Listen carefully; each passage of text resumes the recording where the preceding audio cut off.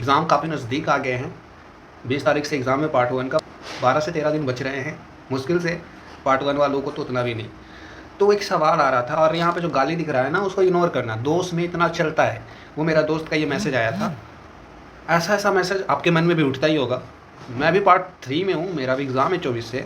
तो मेरा दोस्त ने मुझसे पूछा है, भाई तेरा पार्ट 3 का एग्ज़ाम है और तू इतना कूल कैसे है? मतलब पढ़ाई भी नहीं कर रहा है, व्हाट्सएप पे चैट भी कर रहा है, सब कुछ कर रहा है और बच्चे परेशान हो रहे हैं। मतलब आप लोग में से बहुत ऐसे स्टूडेंट होंगे जो स्ट्रेस लेकर के बैठे हुए होंगे, कैसे होगा, क्या होगा, एग्ज़ाम में क्या लिखूँगी, इस तरीके का होगा आप सभी का।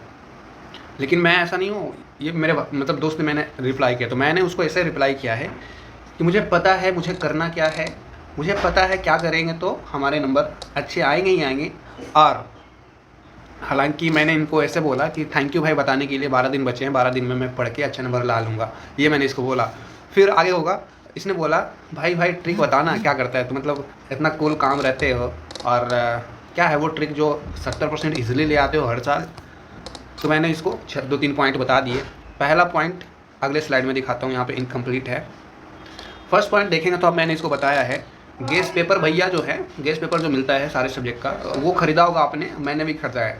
तो गेस पेपर भैया जिंदाबाद। जिन्होंने कुछ नहीं पढ़ा है ना, खुद का नोट्स नहीं बनाया है, कोई बुक नहीं है आपके पास, तो गेस पेपर जिंदाबाद ही होता है। तो मैंने इसको यही बोला, गेस पेपर भैया जिंदाबाद। और अगर आप एक सिंसियर स्टूडेंट होंगे, थोड़ा सा भी 1-2% एनालिसिस किए होंगे, आपको पता होगा क्वेश्चंस गेस पेपर से ही आते हैं। वहाँ के क्वेश्चन 90% मैच कर जाते हैं। तो क्यों और किताब पढ़ना भाई, क्यों?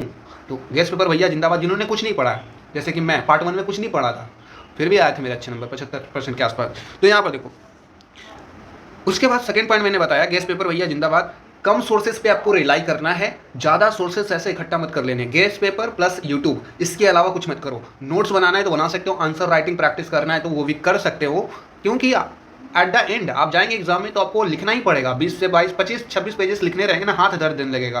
तो आंसर राइटिंग प्रैक्टिस करते रहना, ये एक्स्ट्रा टिप्स मैं बता दे रहा हूँ। सेकेंड पॉइंट मैंने बताया, पीपीयू का जो होता है ना, चाहे आप कितना भी अच्छा से लिख लो, बहुत एक्स्ट्रा ऑर्डिनरी अगर करके आओगे तब जाके हो सकता है आपके 80% चले जाए।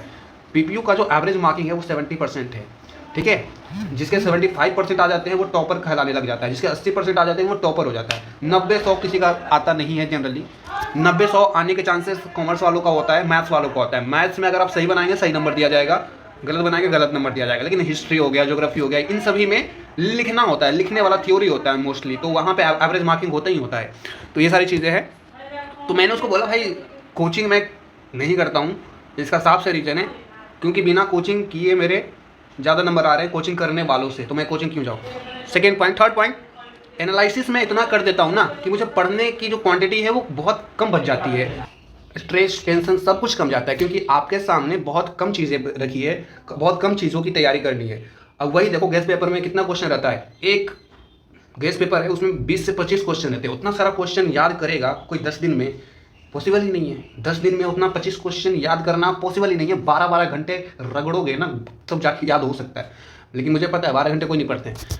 तो वही मैं करता हूँ, एनालिसिस इतना कर लेता हूँ ना क्वेश्चन बैंक से, प्रीवियस ईयर क्वेश्चन का, जिससे क्या होता है कुछ सेलेक्टेड टॉपिक ही मैं पढ़ता हूँ और जो लेस इंपॉर्टेंट है उसको मैं एग्जाम के लास्ट 1-2 दिन में देखता हूँ, ठीक है। बाकी मैं सेलेक्टेड टॉपिक, सेलेक्टेड क्वेश्चंस की ही तैयारी करता हूँ और मुझे वो एनालिसिस से लग जाता है कि क्वेश्चन यही आने वाला है और यही आएगा। ऐसा फील होता है अंदर से। जब आप जितना ज़्यादा एनालिसिस करेंगे, जितना ज़्यादा बार बार प्रीवियस ईयर क्वेश्चन को देखेंगे, अंदर से आपकी फीलिंग आनी शुरू होगी, भाई बहुत इंपॉर्टेंट ये टॉपिक है, इसको कर लो, इससे क्वेश्चन लड़ेंगे ही लड़ेंगे। अभी मैं पार्ट 3 में हूँ ना, तो पार्ट 3 में मेरे 4 ऑनर्स पेपर होने वाले हैं, जिनमें से एक मेरा प्रैक्टिकल हो गया है, अब 3 का एग्जाम होगा, ठीक है। तो एक हो गया है, अब इन तीनों का थ्योरी एग्जाम होना है। पर पेपर मैंने इसका 10 क्वेश्चन, इसका 10 क्वेश्चन, इसका 10 क्वेश्चन, 10-10 क्वेश्चन सारे पेपर का मैंने छाट लिया है एनालिसिस करके, और उसी का मैं बार बार जितना हो सके 10 बार 15 बार रिवीजन करता हूँ, मतलब करता हूँ, ठीक है। और नोट्स मैंने डिजिटली भी बना रखे हैं, यानी गूगल से मैंने सर्च करा था नोट्स वगैरह, जो भी टॉपिक मुझे पढ़ना रहता है गूगल से सर्च कर लेता हूँ, जो भी मुझे इजी लगता है उसको मैं कॉपी पेस्ट कर लेता हूँ, अपने टेलीग्राम पे डाल देता हूँ उसको, फिर बार बार मैं उसको देखता हूँ, ठीक है। या फिर मैं फिजिकली नोट्स भी बना लेता हूँ, लेकिन अभी टाइम चूंकि है नहीं कि नोट्स आप लोग बनाएंगे 10 दिन 12 दिन में क्या नोट्स बनाओगे। तो डिजिटली नोट्स बनाओ, कॉपी पेस्ट करो वेबसाइट से और उसको बार बार रिवीजन करो। बार बार गूगल सर्च करने में टाइम जाता है, इसीलिए कॉपी पेस्ट कर लेना, एक जगह पे इकट्ठा कर लेना, फिर रिवीजन करना। बिना रिवीजन के ये जो मैं ट्रिक बता रहा हूँ ना वो फेल है। Revision of selected topic is a very very important, most important part of my trick. तो ये सारी चीज़ें हैं, ठीक है। ये पिक्चर देखा है आपने कहीं पे, मैं भी देखा होगा। ये अर्जुन जो है वो निशाना लगा रहे हैं फिश का। फिश में क्या, पूरे फिश का वो निशाना लगा ही नहीं रहे हैं, वो सिर्फ आँख पे उनका कंसंट्रेशन है, फोकस है। आप लोग का भी यही होना चाहिए, आपको वही टॉपिक करके जाना है जो इसका वेटेज ज़्यादा है, एग्जाम में आएंगे ही आएंगे। तो कोई इंपॉर्टेंट टॉपिक है उसको तो रिवीजन करो ही करो 10-15 बार, ठीक है। जो लेस इंपॉर्टेंट है उसको बिल्कुल इग्नोर करके मत चले जाना, क्योंकि अगर मान ली जाए 5 क्वेश्चन बनाने हैं, 5 में से 4 तो आपने पढ़ के गया, इंपॉर्टेंट वाला आ गया। एक ऐसा क्वेश्चन भी एग्जाम में जरूर देखने को मिलता है जो लेस इंपॉर्टेंट, जिस पे आपने कम मेहनत करी है, वो भी आता है, ठीक है। तो अगर कुछ कुछ भी पढ़ के जाओगे ना भाई, तो वहां पे अपने मन से भी कुछ एक्स्ट्रा नॉलेज दे करके आंसर लिख करके तो कम से कम आओगे। अगर कुछ ही नहीं पढ़ा आपने, बिल्कुल नील वटा सन्नाटा, तो आपका एक क्वेश्चन ऐसे ही छूट जाएगा। ये है बात। और ये देखो गूगल पे मैंने सर्च किया था, तो हमारे कृष्ण भगवान बोलते हैं कि अर्जुन ने अपने क्षमताओं का केयर किया, अपने को पहचाना, take care and put your step forward, अपने कदम को आगे बढ़ाया। एंड उसका जो कंसंट्रेशन था, एक जगह फोकस था, कहाँ पे, मछली के आँख पे।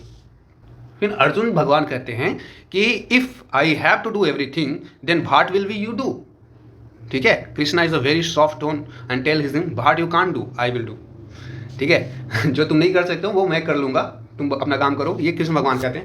आई होप वीडियो समझ में आई होगी दोस्तों। टेंशन नहीं लेना, बहुत ईजी है, बस आराम से करो। एग्जाम बहुत ईजी आने वाला है। एग्जाम में ऑप्शंस रहते हैं कि नहीं, देखो 10 क्वेश्चन रहेगा, 10 में 5 ही तो बनाना रहता है ना। तो आप इंपॉर्टेंट टॉपिक करो, 5 क्वेश्चन आपके 10 क्वेश्चन में मिल जाएंगे, ठीक है। 5 बना लोगे आराम से, आपके पूरे अच्छे एग्जाम जाएंगे, पूरे पेपर। बस हाँ, राइटिंग प्रैक्टिस को मत भूलना, बहुत लिखना पड़ेगा आपको एग्जाम में। टेंशन नहीं लो, बहुत आसान होता है एग्जाम।